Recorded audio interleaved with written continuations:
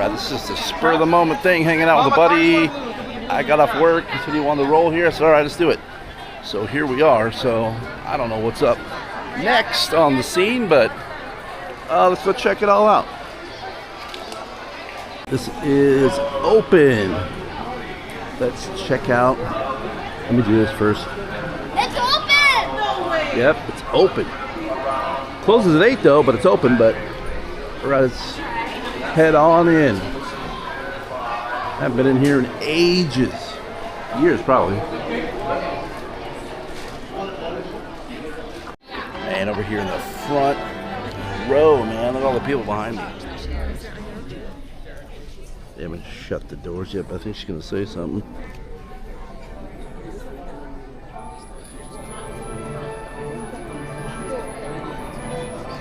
Hopefully Walt's gonna be right here, I think. He is told in Walt's own words, their interviews recorded throughout his storied career. Although the quality of these recordings varies, we hope you'll agree they provide a unique and personal perspective into Walt's remarkable life. Right, here we go. Curtain number 1.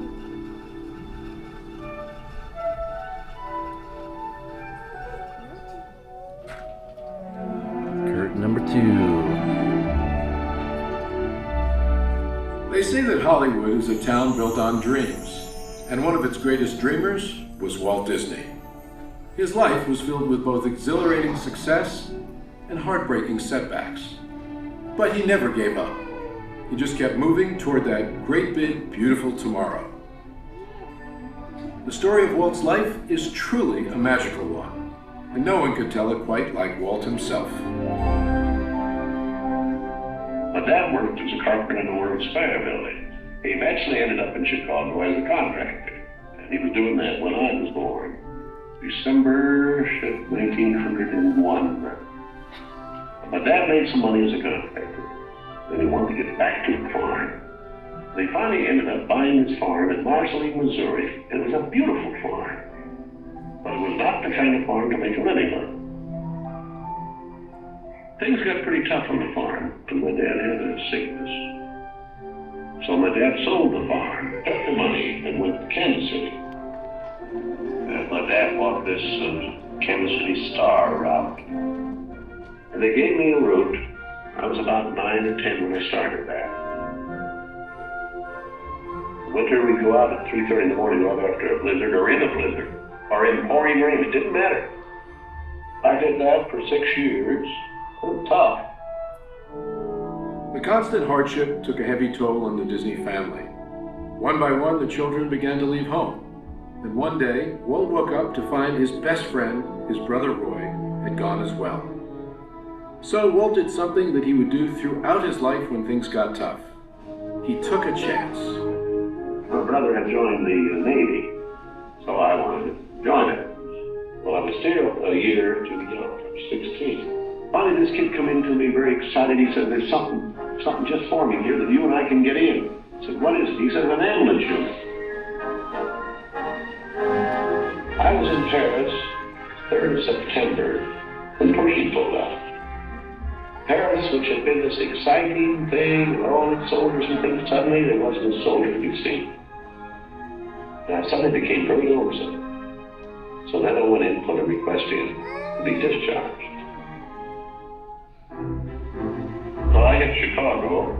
That's where my parents were living. And I said, Dad, I want to be an artist. And my dad, he just couldn't buy that. So I pulled stakes and moved to Kansas City. Roy was in Kansas City working at a bank. One of the fellows working with Roy said, say, I have a couple of friends that have an art shop. So I went up to these samples, and there were all these corny things I'd done in France. Well, my gosh, they hired me. I mean, right on the spot. So I took the camera home, and then I started experimenting in my own way. But then I went into this Kansas City Film Actor. So that was where I got started in the animation business. So I was thinking if I had something with a novel twist, I might crack some market. But I still couldn't get anywhere with it. I'd failed. I learned a lot out of that. And I think it's important to have a good heart failure when you're young. So I packed all my worldly goods in a cardboard suitcase. I went to Hollywood, arriving there with just $40 in my pocket from my Kansas City ventures. Now my brother Roy was already in Los Angeles. Both of us were unemployed.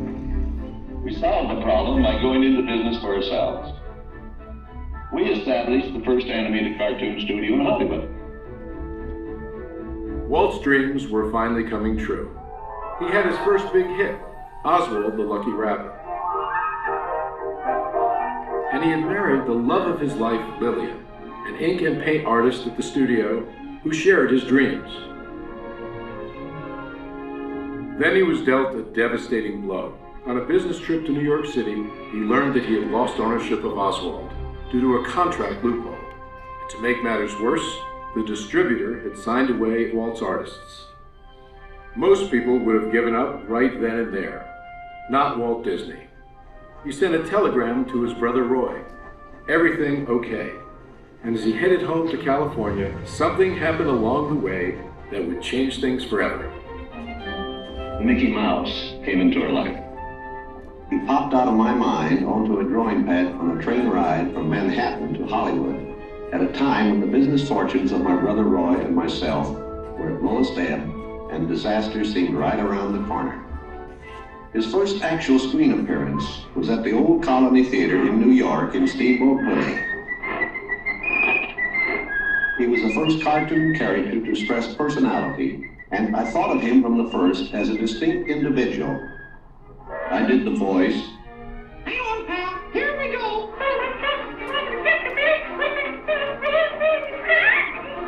Mickey was simply a little personality assigned to the purposes of laughter.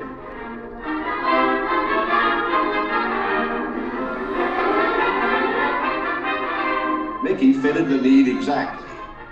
He brought in the money which saved the day. He enabled us to explore our medium, and he paved the way for our more elaborate screen ventures. By nature, I'm an experimenter, so I had another idea which was plaguing my brain. It was the Silly Symphonies. It was a series without a central character. Every one of us a new type of subject to give us something to reach out and accomplish something different.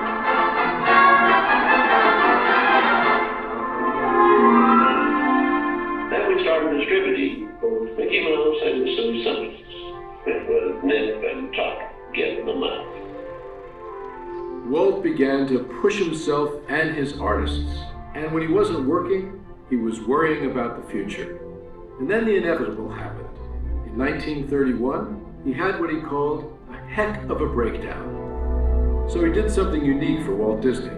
He took time off and took his wife on the first vacation they had ever had. When they returned, he was a new man, filled with ideas for the future.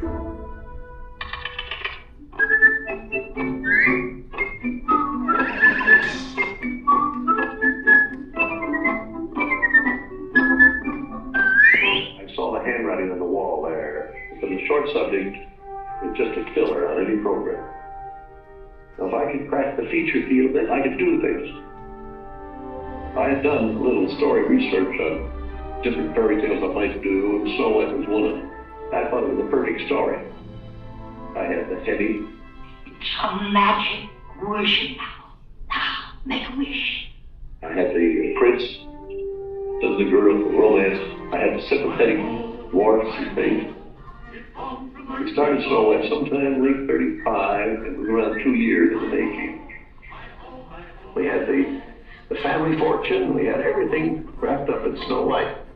In fact, the banker, I think, was losing more sleep than I was.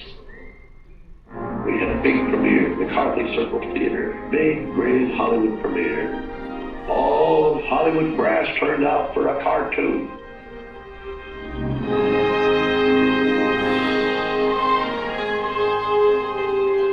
The Granny of Snow White and the Seven Dwarfs is going to be presented this beautiful statue. Isn't it bright and shiny? Oh, that's beautiful. Aren't you proud of it, Mr. Disney? Well, I'm so proud, I think I'll bust.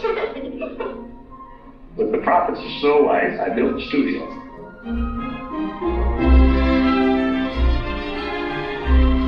2 years later, I was almost broke. But I had all these pictures and words. Pinocchio? There are no strings on me. Bambi.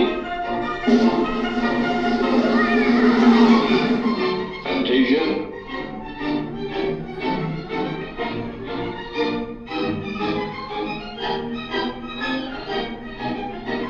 That was when the war came.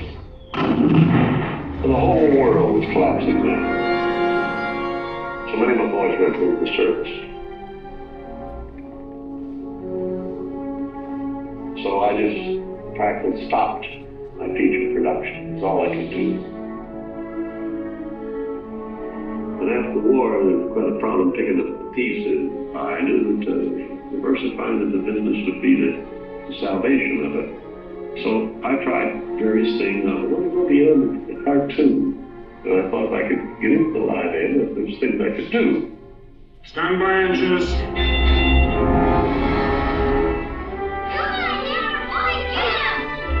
Not bad, eh, Charlie? Let's open her up and see what she'll really do. I wanted to look different types of things that I could fall on my nose. One of these pictures, but I had another one right behind it that would hit. After long concentration on live action and cartoon films, we decided to try something that would employ about every trick we learned in the making of films. We would combine cartoon and live action in an enormous fantasy, Mary Poppins. As the original Mary Poppins budget of $5 million continued to grow, I never saw a sad face around the studio. Even my brother Roy was happy. This made me nervous. And the horrible thought struck me. Suppose the staff had finally conceded that I knew what I was doing. Once again, Walt Disney had created storytelling magic to reinvent family entertainment. But even then, he wasn't finished. He had a bigger dream in mind. Well, it came about when my daughters were very young. Saturday was always Daddy's Day with the 2 daughters. So we'd start out and try to go someplace with, different things. And I would take them to the merry-go-round, and I took them different places. And as I'd sit there while they rode the merry-go-round, did all these things, I felt that there should be something built, some kind of an amusement enterprise built where the parents and the children could have fun together. So that's how Disneyland started. Takes a lot of money to make these dreams come true. And, we had everything mortgaged, including my family. Started with many ideas, threw them away, started all over again. Eventually it evolved into what you see today as Disneyland. But it all started from a daddy with 2 daughters wondering where he could take them, where he could have a little fun with them too. The park means a lot to me in that something will never be finished, something that I can keep developing and adding to. Not only can I add things, but even the trees will keep growing. The thing will get more beautiful every year. And I knew that if I did anything like the park, I should have to have some kind of a medium like television to let the people know about it. The world is a carousel of colors. History, comedy, fantasy. There's drama and mirth. There's old Mother Earth with all of her secrets to see. The miracle of imagination. The marvels of earth, sea, and sky. These wonders untold are ours to behold in the funny world, the sunny world, the wonderful world of color. And now your host, Walt Disney. Today, I want to share with you some of our ideas for Disney World. Here in Florida, we have something special we never enjoyed at Disneyland, the blessing of size. There's enough land here to hold all the ideas and plans we can possibly imagine. We know what our goals are, we know what we hope to accomplish, and believe me, It's the most exciting and challenging assignment we've ever tackled at Walt Disney Productions. Throughout his storied career, Walt never gave up, despite the many challenges along the way. For his visionary work, he received hundreds of awards from all corners of the globe, more Academy Awards than any individual in history, and the Presidential Medal of Freedom for a lifetime of inspiring others. He created dreams that live on today for millions around the world. But with all of that, when asked to name his greatest reward, Walt's reply was surprisingly humble. Well, my greatest reward, I think, is that I've been able to build this wonderful organization, and also to have the public appreciate and accept what I've done all these years. That is a great reward. But all individuals are different. I had a brother who I really envied because he was a mailman, but he was the one that had all the fun. He had himself a trailer, and he used to go off and go fishing, and he didn't worry about payrolls, that story. He just had picture grocers or anything, and he was the happy one. I always said he's the smart Disney. You know, I was stopped one day when the little boy asked, "Do you draw Mickey Mouse?" And I had to admit I do not draw anymore. Well, then you think up all the jokes and ideas. No, I said, I don't do that. Finally, he looked at me and said, "Mr. Disney, just what do you do?" Well, I said, sometimes I think of myself as a little bee. I go from one area of the studio to another and gather pollen and sort of stimulate everybody. I guess that's the job I do. You know, there's a lot of satisfaction in developing ideas into realities, but there's really no secret about our approach. We keep moving forward, opening up new doors, doing new things, because we're curious. And curiosity keeps leading us down new paths. We're always exploring and experimenting. We're interested in doing things that are fun, in bringing pleasure and especially laughter to people. But I only hope that we never lose sight of one thing. It was all started by a mouse.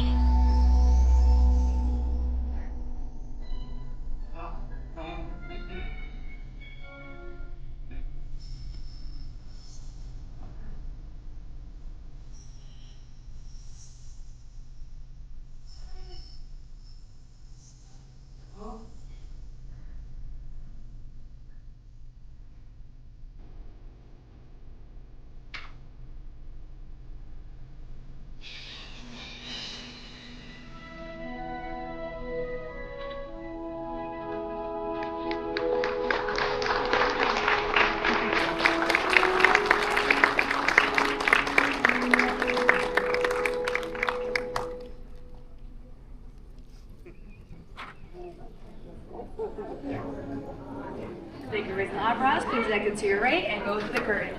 Have a good day. Well, that was pretty cool. Informative. Walt looked pretty cool, even though it doesn't really look like Walt. Looks like the MyPillow.com guy.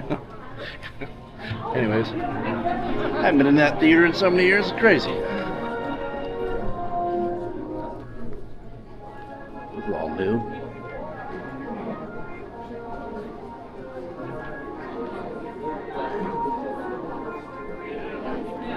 Yep, it's all different than when I was here years ago, man. I haven't been in this theater so long. Let's go this way. Let's see what we got down over here. Too bad you can't get on the carousel anymore over Griffith Park. At least I don't think it's been open since the COVID era. There's a close-up view of Walt's apartment.